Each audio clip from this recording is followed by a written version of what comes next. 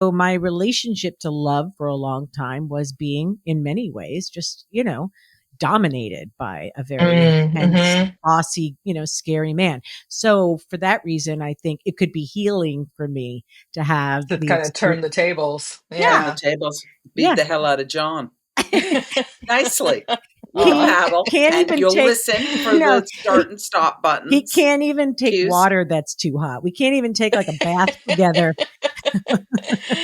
oh, it's funny. He might not be Yeah. the guy you get to practice on. You can practice on me. I, oh, look at I you. volunteer Turn the myself. tape. Oh, Yeah. look at that. True How friendship. generous. That is true friendship. I think I'd scare you. You might, but I put on a brave face for you. I would like to do it to an old boss, actually, and really Oh, like, but then I think it might get mean. yeah. Yeah. I just listening to your story.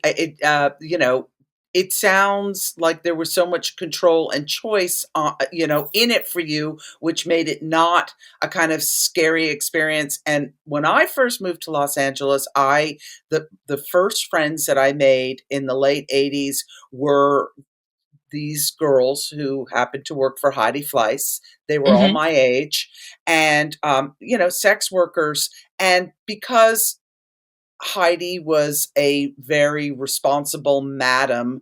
Hmm. These girls everybody was vetted. They were never going anywhere that somebody didn't know where they were and the person wasn't Sure. familiar. And it made it all, I mean, it just gave me such a different attitude about sex workers. And I was sad for the fact that so many don't have those kind of protections, like you Yeah. were describing, a bodyguard and things like that.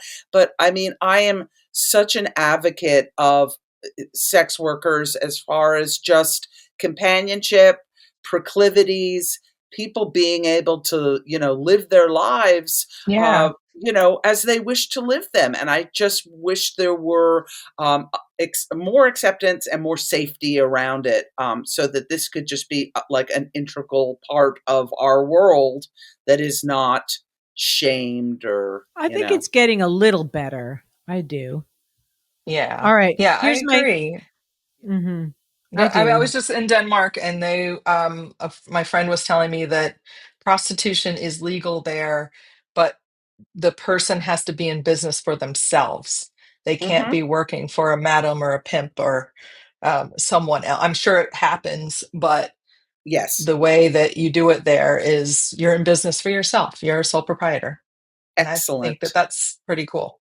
Yeah. Yes, me Okay, too. so you wrote that book and that brought you some fame and it brought you attention and then, so the journalism then started to transition into memoir writing or Yeah, I continued as a journalist, but I also now I felt a little freer to write personal essays and write about myself from time to time. And I still do a mixture of both.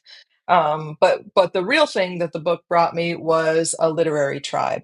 I didn't know any other writers when I first moved to LA. And when my book came out, I met other people who had books coming out at the same time. We teamed up, we did readings together, we booked tours together. And I just felt like suddenly I found my scribe tribe. I was like, yeah. Mhm. where have these people been all my life? Like That's Uh it's just awesome. really good to know other writers. So yeah.